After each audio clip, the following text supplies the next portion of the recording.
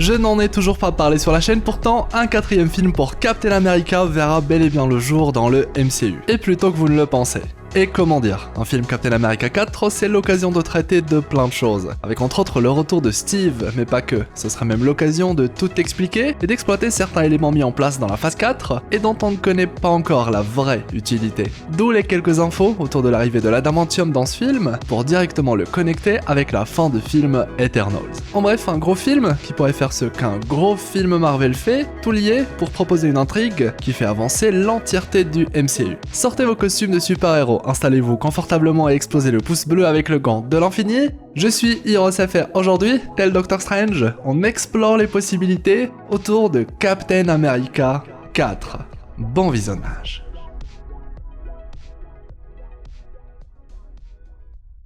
Ça y est, c'est officiel. Sam est le nouveau visage de Captain America. Et depuis un moment déjà. C'était le reveal final de la série Falcon et le Soldat de l'Hiver, série dont le rôle principal était de mettre en avant l'héritage du Captain, quelque chose de primordial à comprendre avant de passer à Captain America 4, qui est une suite directe à la série dédiée à Sam et Bucky.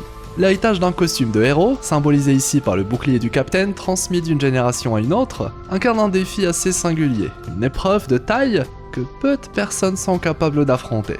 Premièrement, c'est un fardeau symbolique qui repose non seulement sur les épaules physiques du nouveau héros, mais aussi sur son héritage émotionnel et moral. Endosser le costume d'un héros légendaire, ou là encore son bouclier si iconique, signifie embrasser une responsabilité immense, car il y a des attentes élevées à satisfaire et un héritage à préserver. Le nouveau héros doit être à la hauteur des exploits de son prédécesseur, tout en trouvant son propre chemin et en créant sa propre identité. Cela nécessite une combinaison complexe de force, courage et détermination, ainsi qu'une compréhension profonde des valeurs et des idéaux du héros précédent. Les décisions prises par le nouveau porteur du costume ont des conséquences qui vont au-delà de lui-même, car il représente un symbole d'espoir et d'inspiration pour tous ceux qui le regardent. C'est donc naturellement, à l'image de Steve avant lui, que Sam devra lui aussi faire face à certaines menaces, et pas n'importe lesquelles. Celles de type organisation secrète, qui prévoit de dominer le monde, quelque chose qui a très vite été mis en avant, et depuis l'annonce du film, et ce à travers son titre,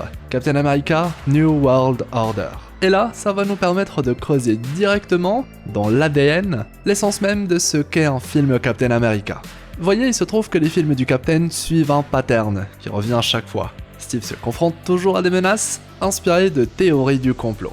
Dans le premier film Captain America, on puise dans les théories de complot en incorporant Red Skull, nazi obsédé par les technologies extraterrestres. Cette intrigue est directement liée à des histoires et des spéculations entourant une cellule nazie fictive qui aura été spécialisée dans la recherche occulte, le tout inspiré de mystères conspirationnistes qui visent certains événements de la Seconde Guerre mondiale. Résultat, Red Skull finit par trouver le Tesseract, une arme technologique extraterrestre, et la suite vous la connaissez, le tout se déroulant pendant la Seconde Guerre mondiale.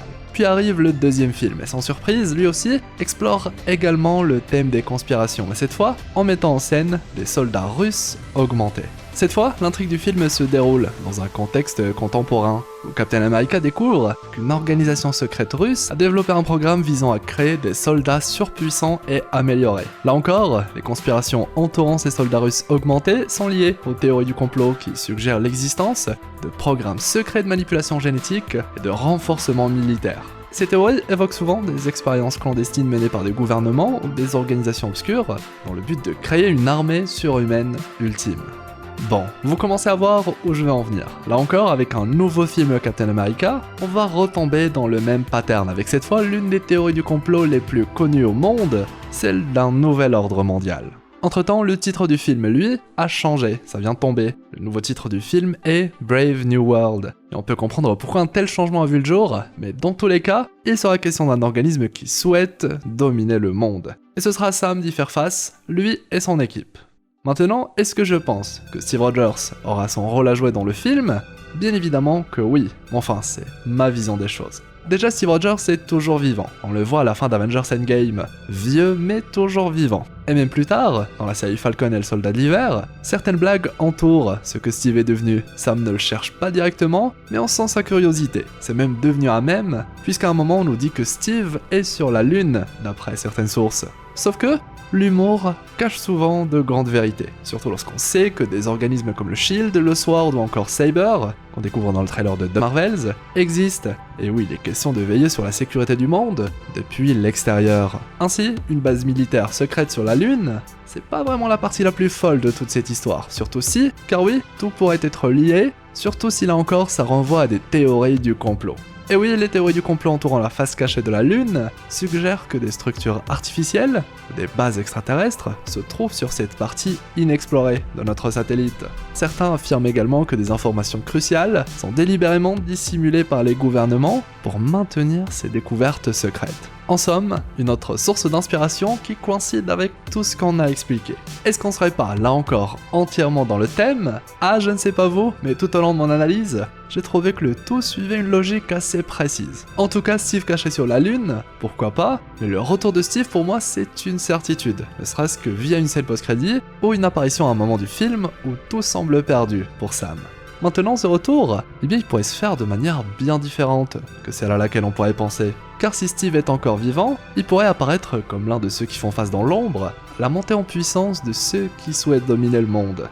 Plus fou, Steve est, on le sait, un personnage très spécial. Il est retourné dans le passé pour continuer sa vie avec Peggy, et il a pris le temps de vieillir avec elle, avant de se retrouver devant Sam à la fin d'Endgame. Et justement, pendant toute cette période, Steve on ne sait pas vraiment ce qu'il est devenu, ni ce qu'il a fait, car il possède une combinaison quantique, mais aussi de quoi l'alimenter, les fameuses PIM particules. De son côté, on sait que Peggy a été très active pendant toute cette durée. Alors, pourquoi pas Steve, lui aussi? Ce qui veut dire, et c'est quelque chose sur lequel on a déjà théorisé, que Steve pourrait apparaître vieux, mais également jeune dans ce film, voire les deux à la fois. Une version de notre présent, le Steve vieux, mais aussi une version de Steve juste après son voyage pour réparer les branches, un Steve jeune adulte. Steve Rogers est depuis toujours présenté comme celui qui existe en dehors de sa temporalité originelle. Il a traversé le temps, et comme il est doté de pouvoirs surhumains, il vieillit moins vite que ceux qui l'entourent.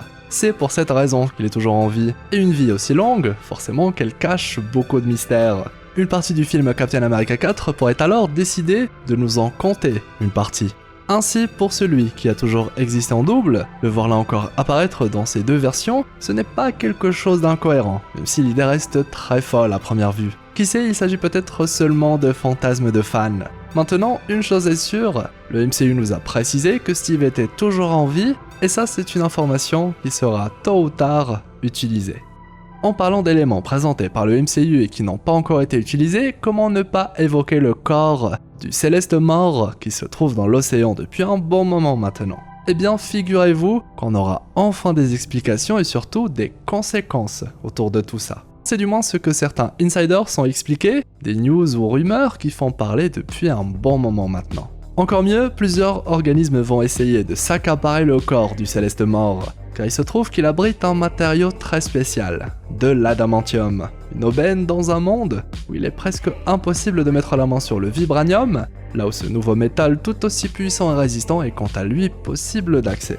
Un corps de Céleste, exploité pour ses ressources rares, c'est quelque chose que le MCU a déjà montré. On a par exemple vu que la tête du Céleste mort, devenue Nowhere, était à la base une exploitation minière, signifiant que le corps d'un Céleste est riche en ressources diverses, et que même ailleurs dans la galaxie, on s'y intéresse grandement. Et ce serait alors ainsi que l'adamantium serait introduit dans le MCU, il serait originaire du corps d'un Céleste. Et je trouve l'idée géniale, toujours dans cette optique de tordre le matériau de base, les comics, et adapter ça au MCU, pour enrichir ce dernier, lui créer son propre lore. Et puis de l'adamantium, juste avant l'arrivée d'un certain Wolverine via Deadpool 3, c'est peut-être le moyen de préparer le terrain à tout ceci, et surtout d'expliquer pourquoi on ne parle pas tant que ça du corps du Céleste mort, car justement, les médias ont été contrôlés pour ne fuiter aucune information autour de cette source de richesse ultime. Et oui, ça pourrait être ça, la raison pour laquelle on n'en entend pas trop parler dans le MCU. Et ça aussi, ça fait partie du complot. Et oui, encore et toujours, lorsqu'on parle de film Captain America. Du coup, c'est un film qui vous hype, ce Captain America 4? Est-ce que le retour de Sam, voire de Steve, ça vous parle? Est-ce que vous souhaitez revoir des héros comme Steve, Natasha, Thor ou Tony dans le MCU, et si oui, je suis curieux de savoir lequel des Avengers de l'ancienne génération est votre préféré. Par contre, une question subsiste. Est-ce que l'exploration d'aujourd'hui, autour de Captain America 4, c'est une théorie ou une théorie du complot? Hâte de lire vos retours concernant cette nouvelle vidéo. Je compte sur vous pour le pouce en l'air, le fameux pouce bleu avec le gant de l'infini. C'est le meilleur moyen de soutenir mon travail. Il semblerait même qu'on puisse apercevoir Steve Rogers sur la lune lorsqu'on clique dessus. Abonnez-vous si ce n'est toujours pas fait, un clic pour faire partie de notre belle communauté, avec la petite cloche pour être notifié à chaque publication. Je vous donne rendez-vous pour d'autres explorations dans les jours à venir, restez à l'affût. On a par exemple parlé récemment du deuxième film Spider-Verse, Across the Spider-Verse avec Miles Morales, une super vidéo autour des mystères du film ainsi que sa fin. Voilà. Quant à moi, eh bien, je vous souhaite une agréable journée ou soirée. C'était Hirosef, votre explorateur d'univers préféré, pour vous servir.